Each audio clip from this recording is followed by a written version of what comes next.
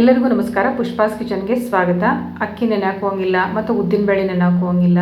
ಒಂದು 15 ರಿಂದ 20 ನಿಮಿಷದೊಳಗೆ ಇನ್ಸ್ಟೆಂಟಾಗಿ ಚುರುಮುರಿಯಿಂದ ಮಾಡಿದಂಥ ಒಂದು ರುಚಿಯಾದಂಥ ದೋಸೆಯನ್ನು ನಾನು ನಿಮಗೆ ಇವತ್ತಿನ ದಿವಸ ಮಾಡಿ ತೋರ್ಸಕತ್ತೀನಿ. ಭಾಳ ರುಚಿಯಾಗೂ ಇರ್ತೈತಿ ಮತ್ತು ಮಾಡೋದು ಕೂಡ ಭಾಳ ಸರಳ. ಬರೀ ಹಂಗಿದ್ರೆ ನೋಡೋಣಂತ ಚುರುಮುರಿ ದೋಸೆ ಹೆಂಗೆ ಮಾಡೋದಂತ. ಒಂದು ಬೌಲ್ ನಾನಿಲ್ಲೇ ಚುರುಮುರಿಯನ್ನು ತೊಗೊಂಡಿನಿ. ನಮ್ಮ ಕಡೆಗೆಲ್ಲ ಈ ರೀತಿಯಾಗಿ ಜೋಳ ಚುರುಮುರಿ ಸಿಗ್ತಾವೆ. ನಿಮ್ಮ ಕಡೆ ಯಾವ ಚುರುಮುರಿ ಸಿಗ್ತಾವೋ ಆ ಚುರುಮುರಿ ತೊಗೊರಿ. ಇದಕ್ಕೆ ಮಂಡಕ್ಕಿ ಅಂತಲೂ ಕರೀತಾರೆ, ಕಳ್ಳೆಪುರಿ ಅಂತಲೂ ಕರೀತಾರೆ. ನಮ್ಮ ಕಡೆ ನಾವು ಇವನ್ನ ಚುರುಮುರಿ ಅಂತಲೇ ಕರಿತೀವಿ. ಇವನಷ್ಟು ನಾನು ಮಿಕ್ಸಿ ಜಾರ್ಗೆ ಹಾಕ್ಕೊಂಡಿನಿ. ಮಿಕ್ಸಿ ಜಾರ್ಗೆ ಹಾಕ್ಕೊಂಡು ಇದನ್ನು ಚಲೋ ತಂಗ ನುಣ್ಣಗೆ ಸಣ್ಣಗೆ ಮಿಕ್ಸಿ ಮಾಡಿಕೊಂಡು ಬರಬೇಕು. ಈ ರೀತಿಯಾಗಿ ಸಣ್ಣಗೆ ಮಿಕ್ಸಿ ಮಾಡಿಕೊಡ್ರಿ.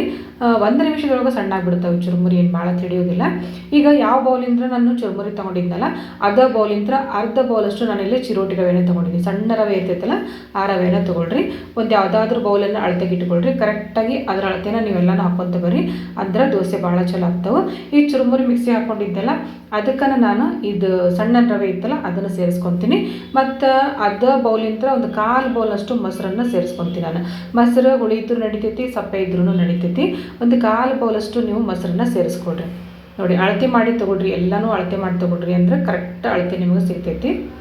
ಈಗ ನೋಡಿರಿ, ಒಂದು 1/4 ಬೌಲಷ್ಟು ನಾನು ಮೊಸರನ್ನ ಹಾಕ್ಕೊತೀನಿ. ಅದಕ್ಕೆ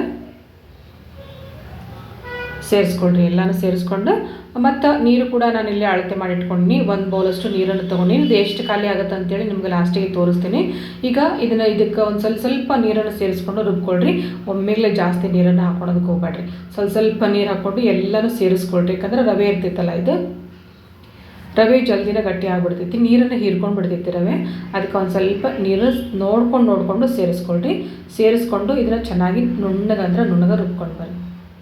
ನೋಡಿರಿ, ಎಲ್ಲ ಸೇರಿಸ್ಕೊಳಕತ್ತೀನಿ. ಇದು ಇನ್ನೂ ನೀರು ಹಿಡಿಯಾಕತ್ತೈತಿ. ಒಮ್ಮಕ್ಳು ಜಾಸ್ತಿ ಹಾಕ್ಕೊಳೋದಕ್ಕೆ ಹೋಗ್ಬೇಡ್ರಿ. ಸ್ವಲ್ಪ ಹಾಕ್ಕೊಳ್ರಿ ನೀರನ್ನು. ನೋಡಿರಿ, ಇನ್ನೊಂದು ಸ್ವಲ್ಪ ನೀರು ಹಾಕ್ಕೊತೀನಿ. ಭಾಳ ಗಟ್ಟಿ ಅನಿಸಿದ್ರೆ ರುಬ್ಬೋದಕ್ಕೂ ಸರಿ ಅನಿಸೋದಿಲ್ಲ. ಸ್ವಲ್ಪ ಈ ರೀತಿ ಒಂದು ಹದ ಇತ್ತು ಅಂದರೆ ರುಬ್ಬೋದಕ್ಕೂ ಕೂಡ ಚಲೋ ಅನಿಸುತ್ತೆ. ಈಗ ಇದನ್ನೆಲ್ಲ ಕಲಿಸ್ಕೊಂಡು ನಾನು ನುಣ್ಣಗೆ ಇದನ್ನು ರುಬ್ಕೊಂಡು ಬರ್ತೇನೆ. ನೋಡಿರಿ, ಈ ರೀತಿಯಾಗಿ ನುಣ್ಣಗೆ ರುಬ್ಕೊಂಡು ಬಂದೇನೆ ನಾನು. ಸಣ್ಣಗಾಗುತ್ತೆ ರೀ ಇದು. ಭಾಳ ಮಸ್ತ್ ಅಂದ್ರೆ ಭಾಳ ಮಸ್ತ್ ಆಗುತ್ತೆ. ನೋಡಿರಿ, ಈ ಥರ ನಾನೆಲ್ಲನೂ ರುಬ್ಬಿಟ್ಕೊಂಡಿನಿ. ಈಗ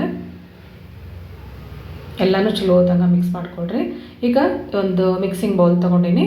ಆ ಬೌಲ್ದೊಳಗೆ ಇದನ್ನೆಲ್ಲ ತಗೊತೀನಿ. ಈಗ ದಯವಿಟ್ಟು ಯಾರಾದರೂ ಇನ್ನೂ ನಮ್ಮ ಚಾನಲನ್ನು ಸಬ್ಸ್ಕ್ರೈಬ್ ಮಾಡ್ಕೊಂಡಿಲ್ಲ ಅಂತಂದ್ರೆ ಪ್ಲೀಸ್ ಸಬ್ಸ್ಕ್ರೈಬ್ ಮಾಡ್ಕೊಳ್ರಿ. ಮತ್ತು ವಿಡಿಯೋ ಇಷ್ಟ ಆದರೆ ಒಂದು ಲೈಕ್ ಕೊಡಿರಿ ಮತ್ತು ಕಮೆಂಟ್ ಮಾಡಿರಿ.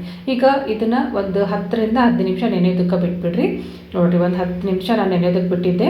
ಈಗ ಇನ್ನೂ ಗಟ್ಟಿಯಾಗಿರ್ತೈತಿ. ಇದು ನೋಡಿಕೊಂಡು ನೀರನ್ನು ಸೇರಿಸ್ಕೊಳ್ರಿ. ದೋಸೆ ಹದಕ್ಕೆ ಬರಬೇಕಿದು. ಆ ರೀತಿಯಾಗಿ ಬೇಕಂದ್ರೆ ಇನ್ನೊಂದು ಸ್ವಲ್ಪ ನೀವು ನೀರನ್ನು ಸೇರಿಸ್ಕೊಳ್ರಿ.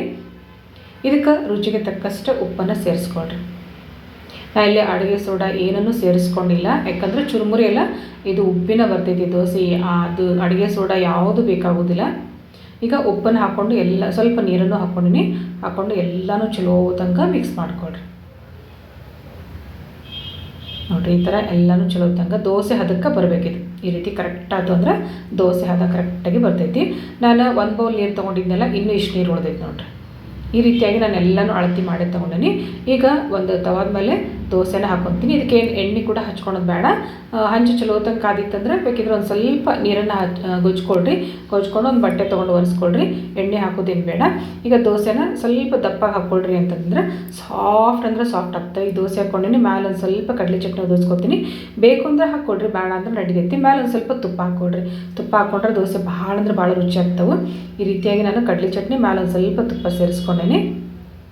ನೋಡಿರಿ, ಸ್ವಲ್ಪ ಮೀಡಿಯಮ್ ಫ್ಲೇಮ್ ಇಟ್ಕೊಂಡು ನೀವು ಇದನ್ನು ಮಾಡ್ಕೊಳ್ರಿ. ಭಾಳ ಸಾಫ್ಟ್ ಅಂದ್ರೆ ಭಾಳ ಸಾಫ್ಟ್ ಆಗ್ತಾವೆ ರೀ.